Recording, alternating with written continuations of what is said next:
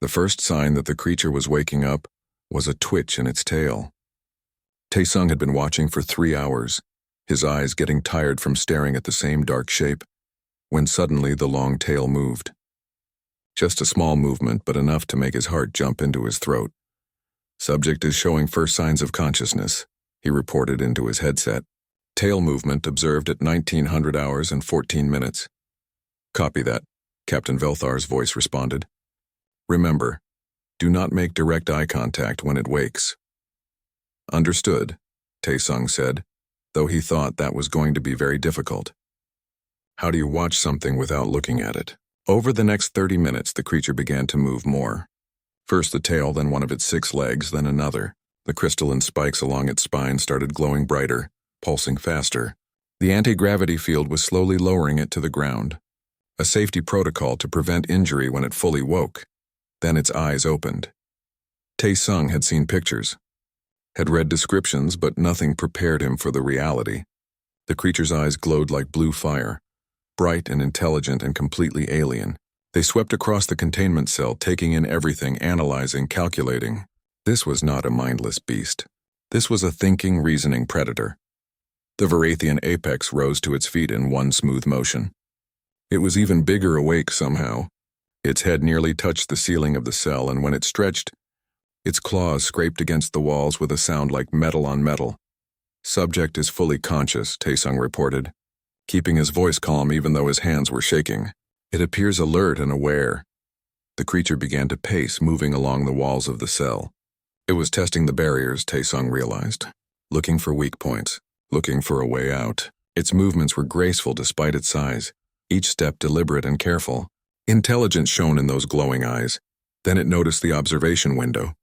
And it noticed Tae-sung. The creature stopped pacing and turned to face him directly. They stared at each other through the barrier.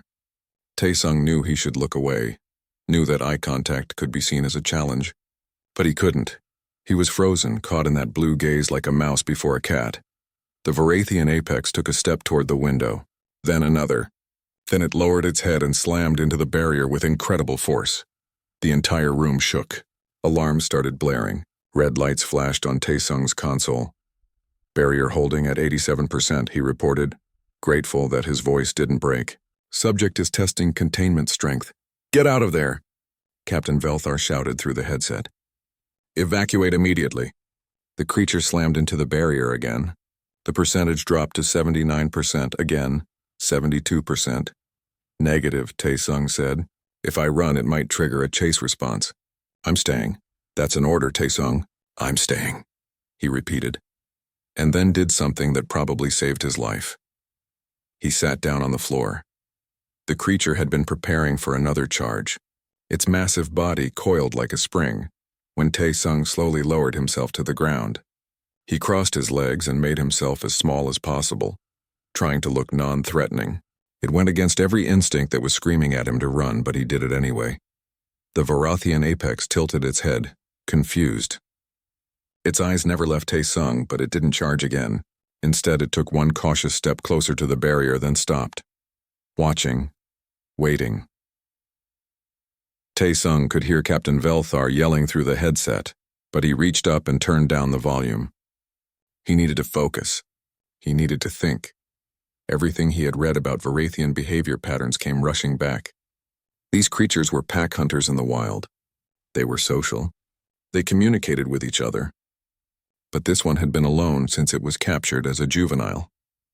It had been treated as a weapon, as a monster, as something to be feared and controlled.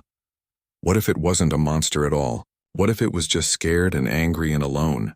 Tae-sung took a slow breath and started to talk. Not through the communication system, but out loud, knowing the creature probably couldn't hear him through the barrier, but doing it anyway. "Hey there," he said softly. "I know you're probably confused right now. You just woke up in a strange place with a strange person watching you. That must be scary." The creature's ears, which had been flat against its head, twitched forward slightly. "My name is Tae-sung," he continued, keeping his voice low and calm. "I'm not going to hurt you. I'm just here to make sure you're okay." He reached into his pocket slowly and pulled out his ration pack. It was supposed to be his dinner, but he opened it and took out a protein bar. He unwrapped it carefully, making sure his movements were obvious and non-threatening, and then took a small bite. The creature watched every movement with intense focus. "See?" Tae-sung said around the mouthful. "Just eating. Nothing scary. You're probably hungry too, right? They had you asleep for a long time." He finished the protein bar slowly, then pulled out another one from the pack. The creature's nostrils flared, scenting the air even through the barrier. On the wall next to Tae-sung was a control panel for the feeding system. Very slowly, he stood up and walked over to it. The creature tensed but didn't charge. Tae-sung accessed the menu and found the protein cubes designed for large carnivorous species. He selected one and sent it through the feeding chute into the containment cell. The cube dropped from a slot in the ceiling and landed near the creature's front feet. The Varathian apex looked at it, then at Tae-sung, then back at the cube. It sniffed carefully, then opened its massive jaws and ate it in one bite. Tae-sung smiled. "Good, right? Want another one?" He sent another cube through. This time the creature caught it in mid-air, snatching it with surprising speed and precision. Then it did something that made Tae-sung laugh out loud. It looked directly at him and made a sound. Not a growl or a roar, but something else. A chirp almost, like it was saying thank you or maybe asking for more. "You're showing off now, aren't you?" Tae-sung said, grinning. "Okay, one more. But that's it for now. Don't want to give you a stomachache." He sent a third cube. The creature caught it again, then made that chirping sound again. Its crystalline spikes were pulsing in a pattern that looked almost happy. The aggressive tension had drained from its body. It looked less like a monster and more like a very large, very strange dog. Tae-sung sat back down on the floor and continued talking. He told the creature about his day, about the coffee he had spilled that morning, about his friend Juan who worked in engineering. He talked about Earth, about his family, about his sister who thought he was crazy for working in space. He talked about a dog he had as a kid, a small white dog named Bori who had been afraid of thunderstorms. The creature listened to every word. It had sat down too, mirroring Tae-sung's position. They were both sitting, watching each other through the barrier, and somehow it didn't feel scary anymore. Hours passed. Tae-sung kept talking, his voice getting quieter as he got tired. The creature's eyes were half closed, but it was still listening. The glowing spikes had settled into a slow, steady pulse.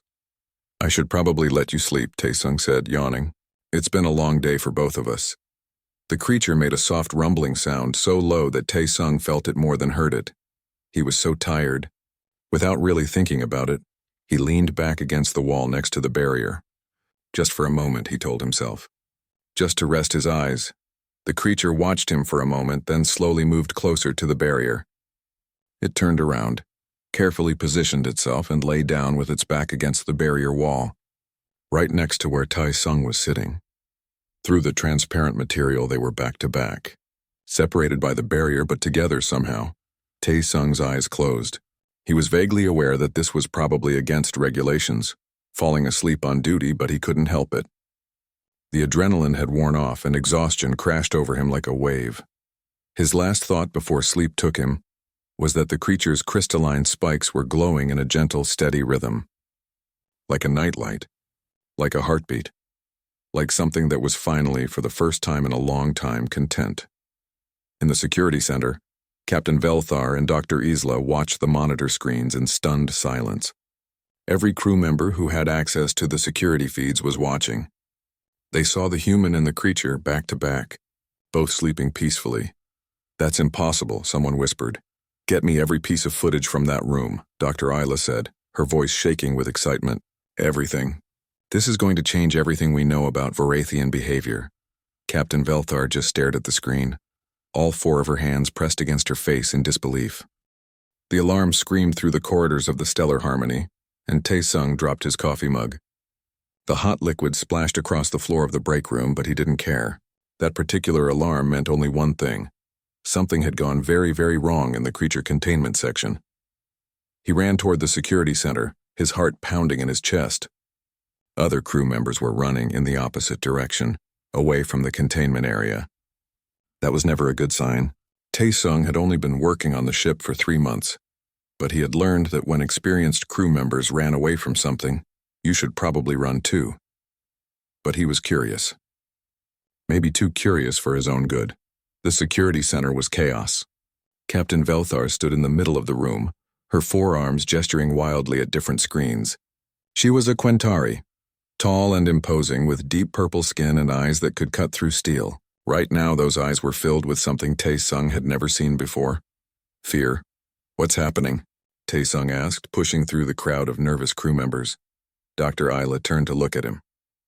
She was a skrit, a species that looked like a huge praying mantis with brilliant green coloring and large compound eyes. She was usually calm and collected, but now her antennae were twitching rapidly, a sign of extreme stress.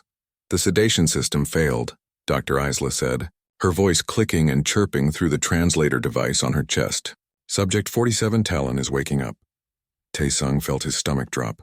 Subject 47 Talon, the Varathian apex. He had seen the creature only once during his orientation tour.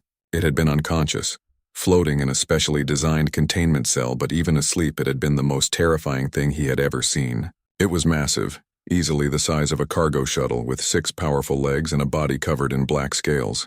Crystalline spikes ran along its spine, glowing with a faint blue light. Its head was shaped like a panther's but much larger, with jaws that could bite through reinforced steel. "How long until it wakes up completely?" someone asked. 6 hours, Captain Velthar said. "Maybe less. The backup sedation system won't be ready for 8 hours. We need to evacuate the entire sector." "What about monitoring?" Dr. Isla asked. "If it wakes up and tries to break through the barriers, we need to know immediately." "The sensors will alert us," Velthar said, but she didn't sound confident.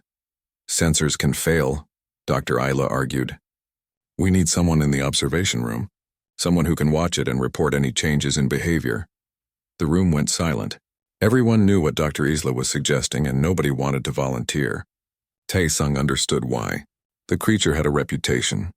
It had killed 3 handlers on its home planet before it was captured. The Coalition had decided to transport it to a maximum security reserve world, a planet where the most dangerous creatures in the galaxy were kept away from civilization. The ship was supposed to keep it sedated for the entire journey. "I'll do it," a voice said. It took Tae-sung a moment to realize the voice was his own. Every head in the room turned to stare at him. Captain Velthar's 4 eyes widened in surprise. "Absolutely not," she said. "You're too inexperienced." "I've been studying Varathian behavior patterns," Tae-sung said, trying to keep his voice steady. "I know I'm new, but I've read every report we have on these creatures. I can do this." "Reading reports and facing a live Varathian apex are 2 completely different things," Velthar said. "These creatures are hyper-intelligent and extremely dangerous.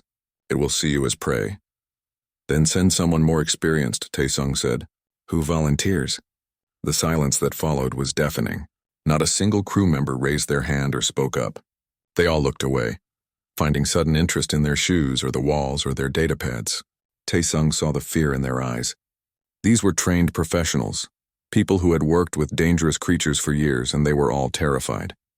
Captain Velthar's shoulders sagged. She looked tired and defeated. "Fine," she said finally, "but you follow every protocol. You stay in the observation room behind the reinforced barriers. You do not interact with the creature. You do not make eye contact. You do not try to communicate with it. You observe and report. Nothing else. Do you understand?" "Yes, Captain," Tae-sung said. "Dr. Isla, equip him with everything he needs. Emergency beacon, direct communication line, access to the tranquilizer systems, and get Juan to set up redundant power supplies for the barriers. I want triple backups on everything." Dr. Isla nodded and gestured for Tae-sung to follow her. As they left the security center, Tae-sung could hear the other crew members whispering behind him. He caught words like crazy and death wish and won't last an hour. Maybe they were right. Maybe this was insane, but someone had to do it and nobody else was willing. They walked through the empty corridors toward the containment section. The ship felt wrong without people in it. Usually the stellar harmony was bustling with activity, crew members from dozens of different species going about their duties. Now it was like a ghost ship. "Here," Dr. Isla said, handing him a small device that looked like a watch. "This is your emergency beacon. If anything goes wrong, press this button and we'll activate the containment protocols. It will flood the entire section with sedative gas." "Won't that take time?" Tae-sung asked. "About 45 seconds, Dr. Isla admitted. Try not to need it." She also gave him a headset for communication and showed him how to access the tranquilizer system from the observation room. There were 6 different weapons built into the walls, each capable of delivering enough sedative to knock out an elephant. Tae-sung hoped they would work on a Varathian apex. "One more thing," Dr. Isla said, her antennae drooping. "These creatures have excellent memory. If it sees you as a threat or as prey, it will remember you forever. Varathians never forget and they never forgive." "Noted," Tae-sung said, though his mouth had gone dry. They reached the observation room, a small chamber with a thick transparent barrier, looking into the containment cell beyond. The cell was huge, designed to hold creatures of enormous size. Right now it was mostly empty except for the massive dark shape floating in the center, suspended by some kind of anti-gravity field. Subject 47 Talon, the Varathian apex. Even unconscious, it was magnificent and terrifying. Its scales seemed to absorb light, making it look like a piece of the night sky had come alive. The crystalline spikes along its spine pulsed with a slow, steady rhythm like a heartbeat. Its claws, each as long as Tae-sung's arm, were relaxed but still looked deadly sharp. "Good luck," Dr. Isla said quietly. "And Tae-sung, don't be a hero. If things go wrong, run. Your life is worth more than data." "I'll be fine," Tae-sung said with more confidence than he felt. Dr. Isla left, and the door sealed behind her with a heavy thunk.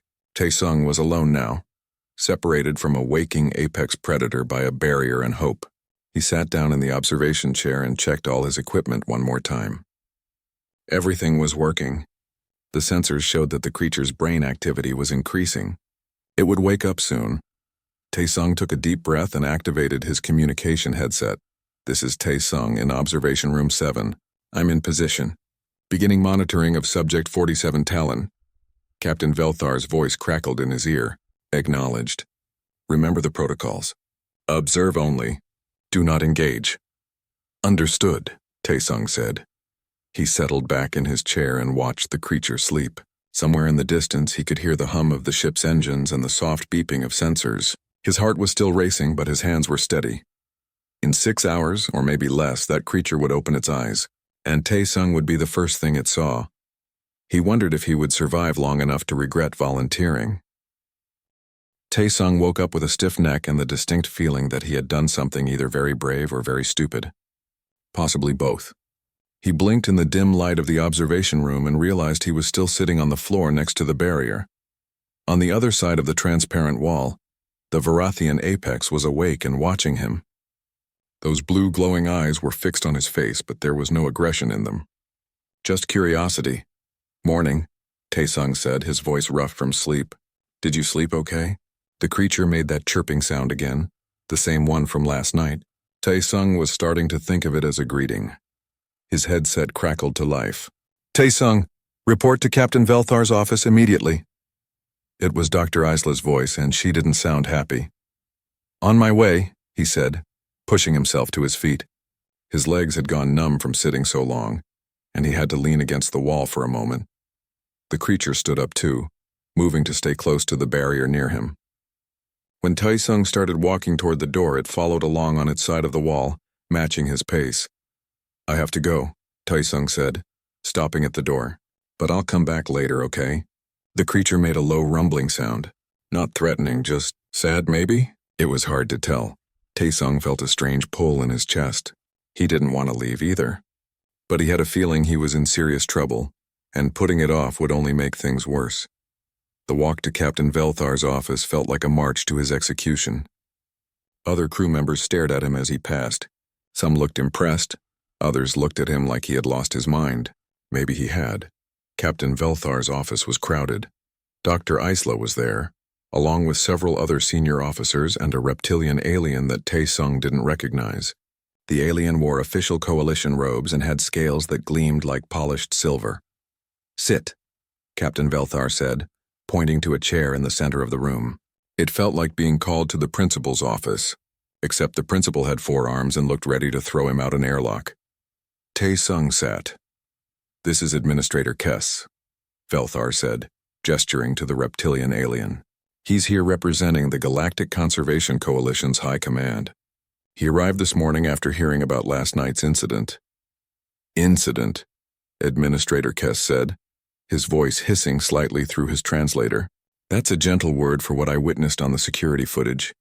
You violated direct orders. You interacted with an extremely dangerous creature. You fell asleep on duty.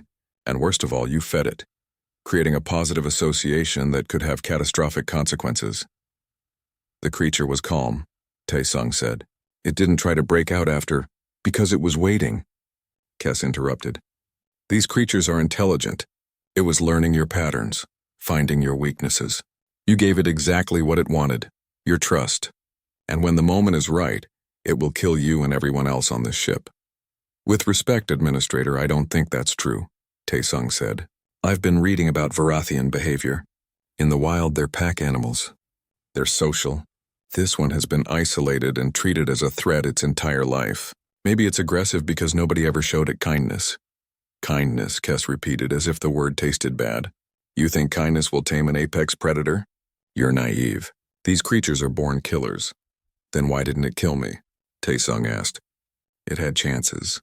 The barrier was damaged from its attacks. It could have broken through if it really wanted to. It was testing the barriers, Kes said. Gathering data.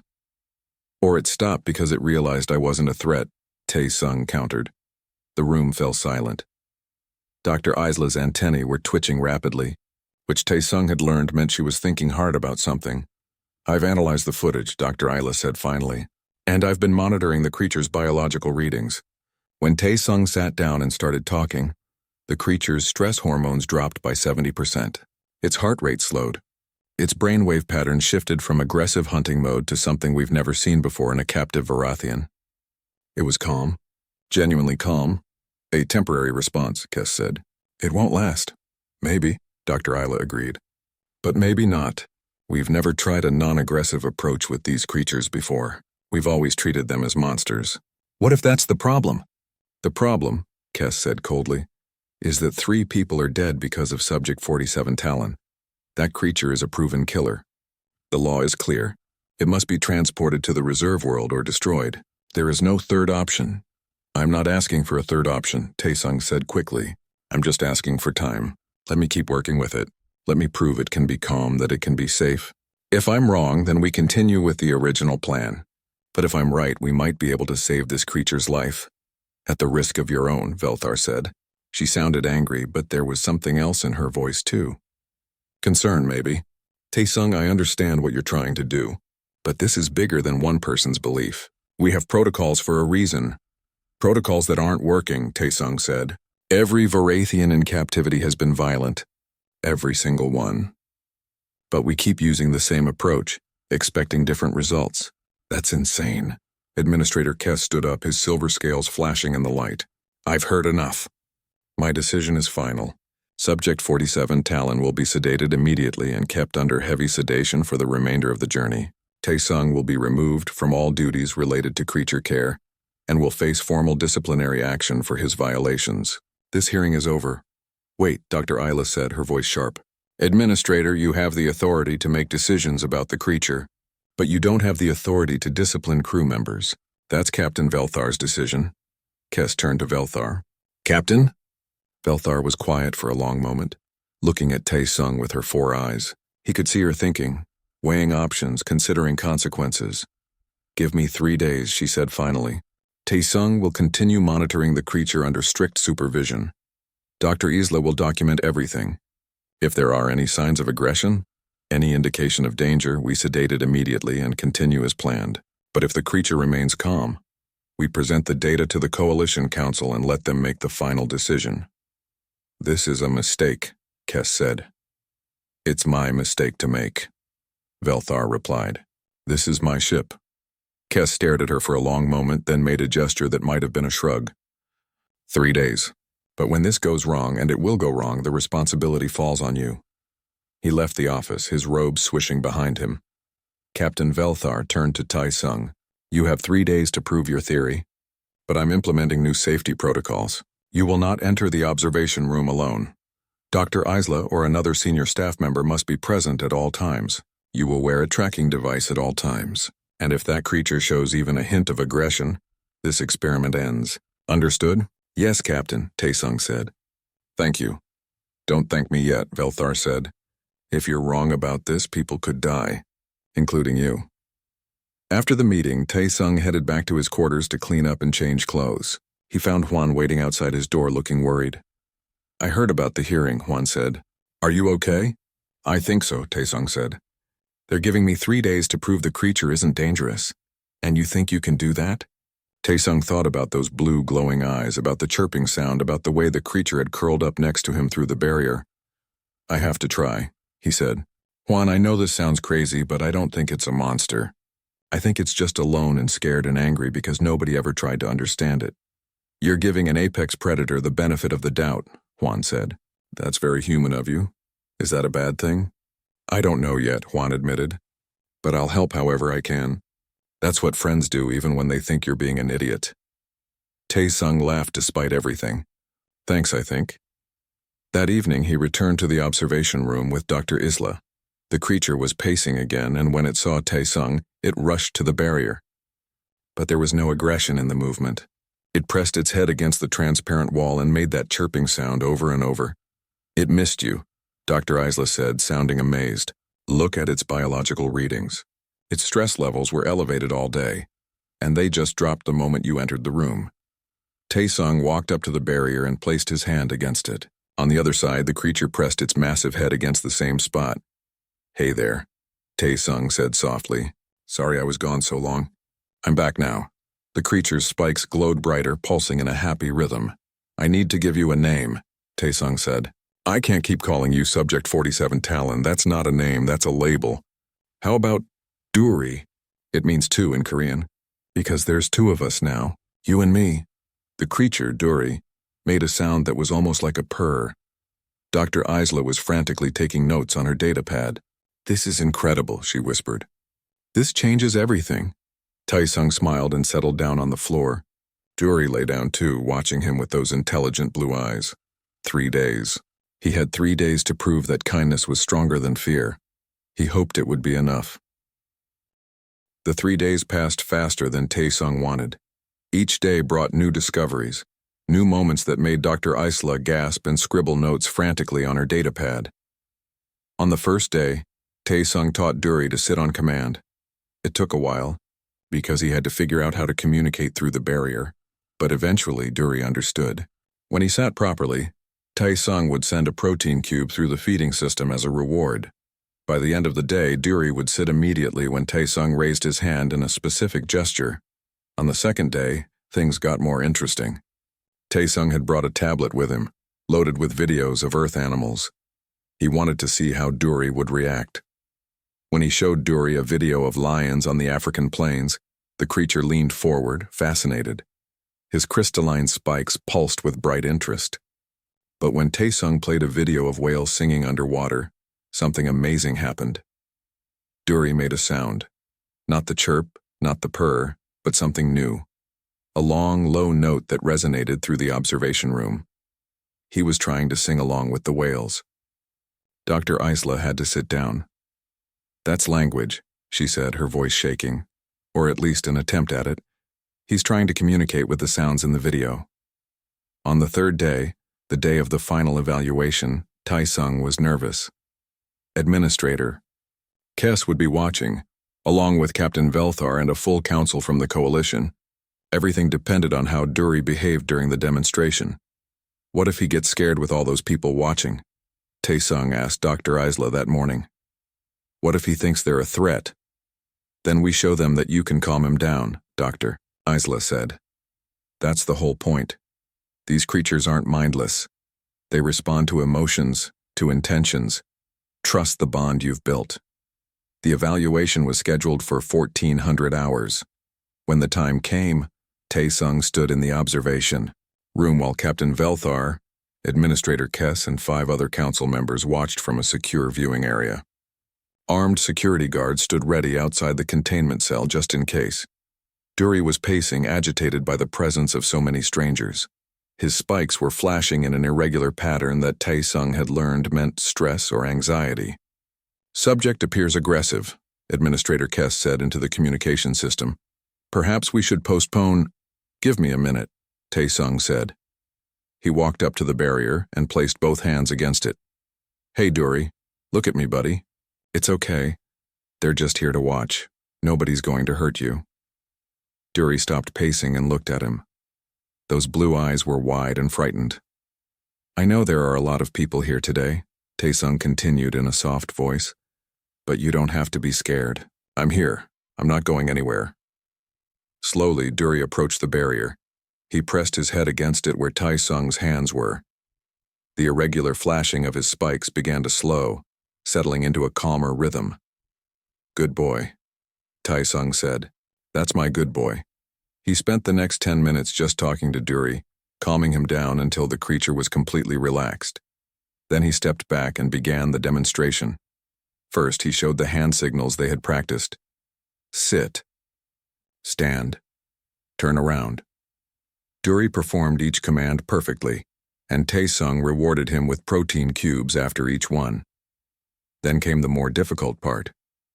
Taesung had asked Dr. Isla to set up a scenario that would test Dury's self-control. On the far side of the containment cell, a mechanical arm would lower a large piece of fresh meat, something Varathians found irresistible. The question was whether Dury would follow his training or give in to instinct. The arm descended, and the smell of fresh meat filled the cell. Dury's nostrils flared, his whole body tensed.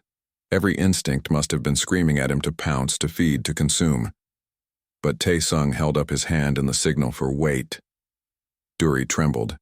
His claws scraped against the floor, but he didn't move. He sat there watching Taesung, waiting for permission. Incredible, someone whispered in the viewing area. Taesung held the position for 30 seconds, then made the signal for okay. Dury sprang forward and grabbed the meat, eating it in quick, powerful bites. But the important thing was that he had waited. He had controlled himself because Taesung had asked him to. In the viewing area, the council members were talking among themselves in low voices. Administrator Kess looked like he had swallowed something sour. But even he couldn't deny what they had just witnessed.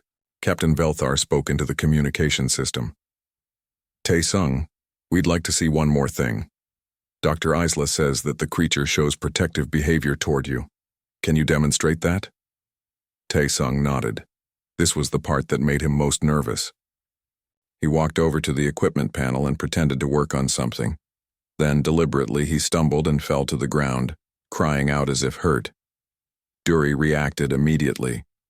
He rushed to the barrier, making distressed sounds. His spikes flashed bright and rapid. He pawed at the barrier, trying to get through, trying to reach Taesung. I'm okay, Taesung said, standing up and showing Dury his hands. See? I'm okay. Just clumsy. Dury calmed down, but he stayed close to the barrier, watching Taesung with worried eyes. When Taesung sat down on the floor, Dury lay down on his side of the barrier as close as he could get. The council members watched in silence for a long moment. Then Administrator Kess stood up. I will prepare my report for the High Command, he said, but I must admit this is not what I expected to see.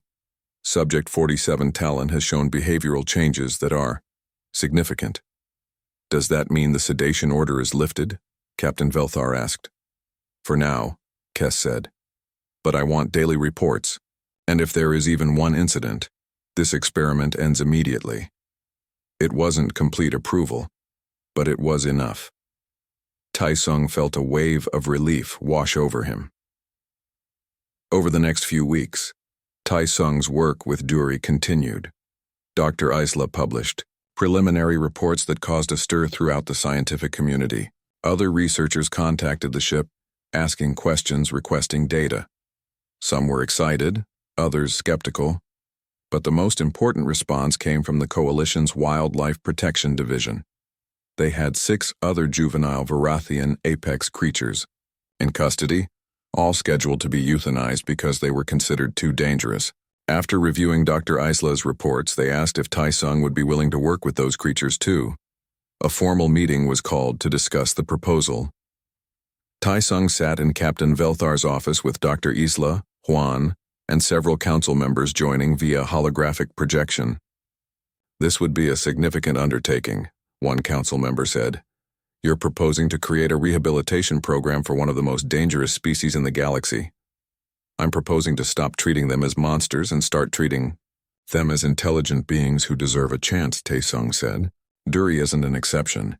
He's proof that we've been doing this wrong all along. But can you replicate your success? Another council member asked. You've bonded with one creature. That doesn't mean you can bond with others. I can try, Taesung said. And if I fail, we're no worse off than we are now. Those 6 creatures are going to die anyway. At least give them a chance. The council deliberated for hours. Finally, they reached a decision. Taesung would be allowed to start an experimental rehabilitation program. The Stellar Harmony would be retrofitted with larger habitat areas. The 6 juvenile Varathians would be transported to the ship over the next 3 months. Taesung would work with each one, documenting his methods and results. But there was one condition that Taesung hated. Duri would have to wear a suppression collar. It was a safety device that could deliver a powerful sedative directly into the bloodstream if activated. The council insisted on it as a failsafe. I don't like it, Taesung said. It's treating him like he's still dangerous. He is still dangerous, Captain Velthar said gently. Taesung, I believe in what you're doing. But Duri is an apex predator. Collars are a compromise. Without them, the council won't approve the program at all. Taesung knew she was right, but it still felt like a betrayal. When the collar was fitted on Duri 2 days later, the creature looked at him with confused eyes as if asking why. I'm sorry, Taesung whispered, pressing his hand against the barrier. I'm so sorry, but it's the only way they'll let us continue. Duri made a soft, sad sound, but he didn't try to remove the collar. He trusted Taesung. That night, Taesung couldn't sleep. He kept thinking about the look in Duri's eyes. He had promised to protect him, to keep him safe, and now Duri wore a collar that marked him as dangerous. Juan found him in the observation room at 3 a.m, sitting on the floor next to the barrier. Duri was asleep on the other side, snoring softly. Can't sleep either? Juan asked, sitting down next to his friend. I feel like I betrayed him, Taesung said. You saved his life, Juan corrected. Without you, he'd be dead or locked in a cage on some prison planet, alone and miserable. Now he has you. He has a chance. That collar is just a piece of metal. It doesn't change what you've built together. Taesung looked at Duri's sleeping form. The creature's spikes were glowing softly in the darkness, peaceful and content. You're right, he said. This is just the beginning. 6 more creatures are counting on us. I can't let them down. That's the spirit, Juan said. Now get some sleep. You've got a lot of work ahead of you. As Taesung left the observation room, Duri opened one eye and watched. 3 months later, the Stellar Harmony looked very different. An entire section of the ship had been converted into habitat spaces for the Varathian rehabilitation program. The first 2 new arrivals had been transported to the ship, and Taesung was exhausted. The female, who he named Hanul, was smaller than Duri, but much more aggressive. She had been kept in isolation for most of her life, and she didn't trust anyone. When Taesung first entered her observation room, she had thrown herself at the barrier so hard that she knocked herself unconscious. It took 2 weeks before she would even look at him without attacking the barrier. The male, Baram, was different. He was bigger than Duri, with darker scales and scars across his face. But he wasn't aggressive. He was shut down. He barely moved, barely ate, barely seemed alive. His spikes glowed so dimly they were almost invisible. He's given up, Dr. Isla said, looking at Baram's biological readings.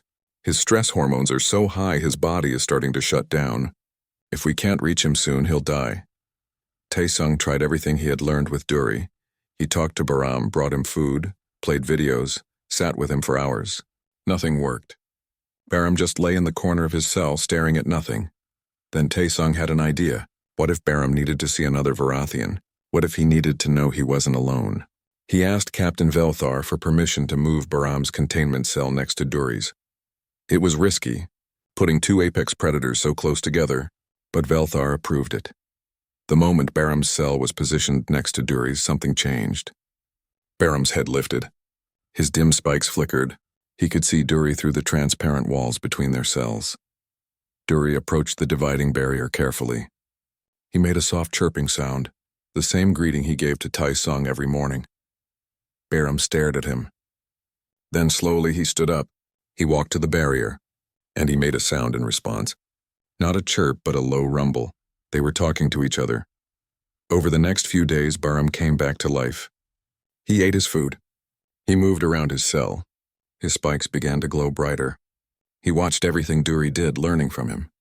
And when Tai Sung worked with Duri, Barum watched through the barrier, seeing how the human and Vorathian interacted. It took another week, but eventually, Barum allowed Tai Sung to approach. He didn't attack the barrier. He just watched with cautious, scarred eyes. "It's okay," Tai Sung said softly. "I'm not going to hurt you. I know you've been hurt before, but that's over now. You're safe here." Barum made a sound that was almost like a question. "Yes, you're safe," Tai Sung repeated.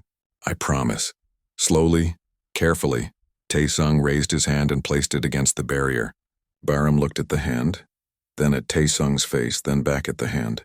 After a long moment, he pressed his massive head against the barrier where Tai Sung's hand was.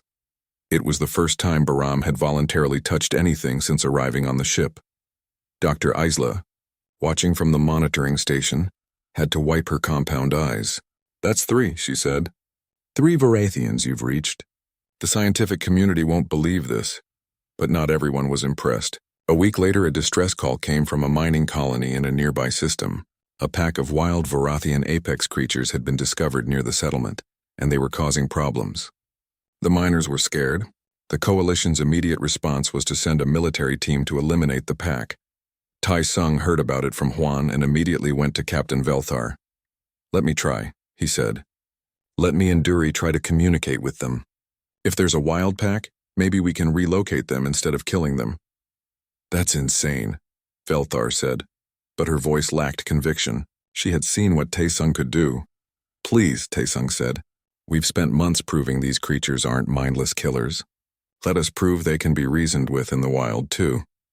After much debate and many safety protocols, the coalition agreed to try Tai Sung's approach first.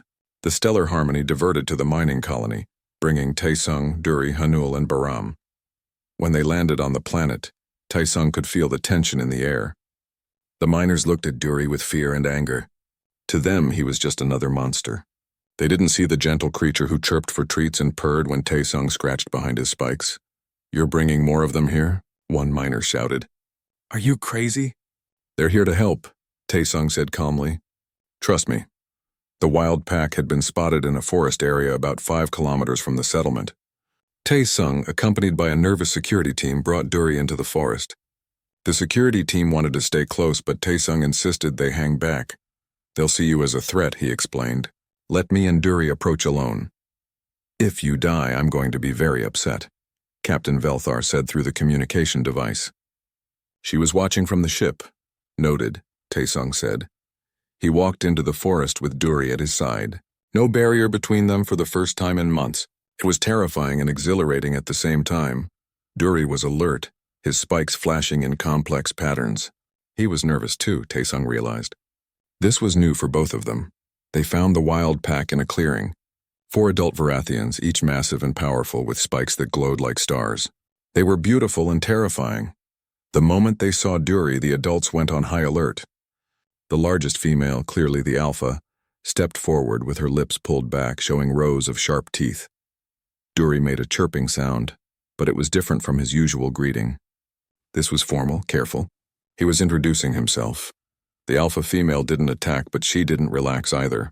She circled Duri, sniffing him, studying him. Then she noticed Tai Sung. Her eyes, bright green instead of blue, locked onto him. Tai Sung's heart hammered in his chest, but he stood still. He had to trust the bond he had with Duri. He had to trust that it meant something. Duri moved between Tai Sung and the alpha female.